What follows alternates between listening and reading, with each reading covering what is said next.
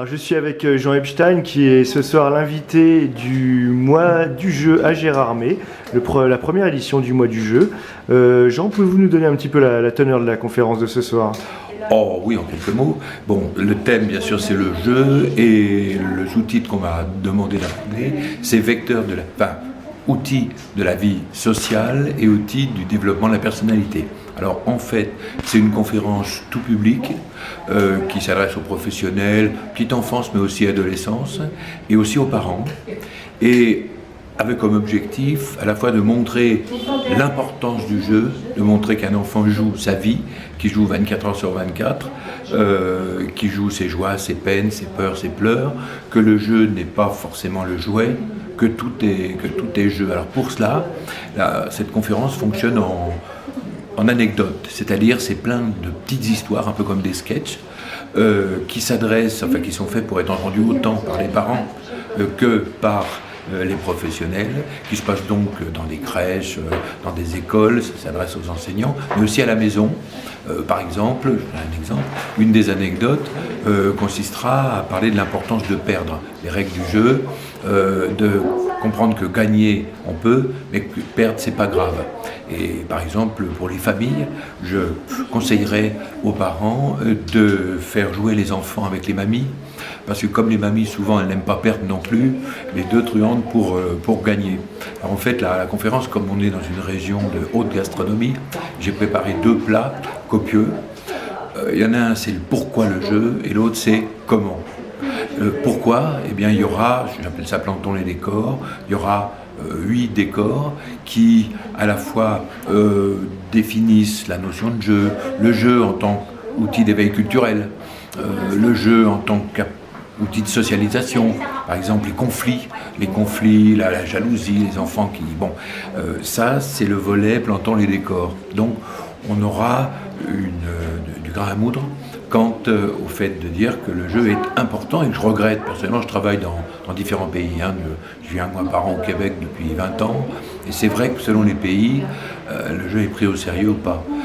Dans des pays comme le Québec ou la Belgique, sans aller si loin, le jeu est sérieux.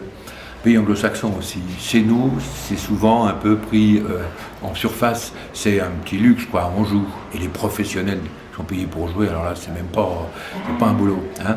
Alors j'essaierai de prouver le contraire, que le jeu c'est sérieux. Et une fois qu'on aura fait ce boulot-là, ensemble ce soir, eh bien, on passera au comment. Comment jouer avec un enfant. Et donc, pour aborder ce sujet-là, la conf sera un petit peu en mosaïque, c'est-à-dire je prendrai le développement d'un enfant. Qu'est-ce qui se passe entre la naissance et l'adolescence? Et on verra que dans les différentes phases de développement, il y a des jeux qui permettent à l'enfant de traverser telle phase. Quand je dis jeu, par exemple, je parlerai de l'objet transitionnel, le fameux le doudou, nana ou pâte en Suisse, le truc qui pue, qui sent le père à la mère, le chien à la grand-mère. Je montrerai à quel point tous ces objets transitionnels sont utiles à l'enfant, et que certains enfants à 2 ans n'en ont plus besoin, mais à 3 ans en ont de nouveaux besoins. Je glisserai dans ce paragraphe quelques petits mots de psy, en montrant que c'est pas toujours compliqué les mots en psychologie, c'est mon métier. Par exemple, il y a un mot que j'adore, qui est en rapport avec notre thème, c'est le mot de triomphe nostalgique. Ça veut dire quoi? Ça veut dire que toutes les étapes qu'un enfant passe, on les appelle triomphe nostalgique. Ça veut dire qu'il y a un progrès, un triomphe. L'enfant marche, c'est un triomphe, mais il va plus pouvoir être bébé.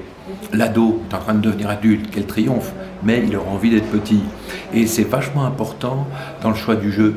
Par exemple, les adolescents ont besoin de jeux qui les rendent adultes, mais aussi reviennent souvent vers des jeux de la petite enfance. Et à ce niveau-là, et j'en terminerai là, j'ai pu constater qu'à Gérardmer, il y a une volonté d'un vrai travail intergénérationnel, qui a encore beaucoup de choses à faire, mais la proximité, par exemple, de la maison de la famille et de la maison de retraite permet un travail intergénérationnel.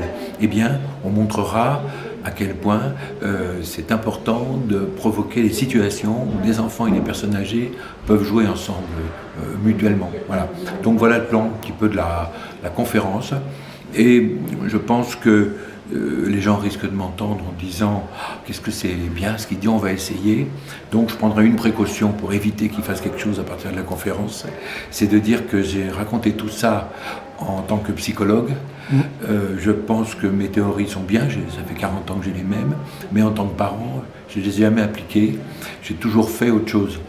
Donc, en tant que parent, on fait ce qu'on peut. En tant que psy, on dit aux autres comment faire. Et il est possible que je termine par rapport aux parents en disant qu'ils sont les meilleurs parents du monde, vu que leurs enfants n'en ont pas d'autres. Voilà un peu le menu en quelques de la minutes. soirée. Jean Epstein, merci beaucoup.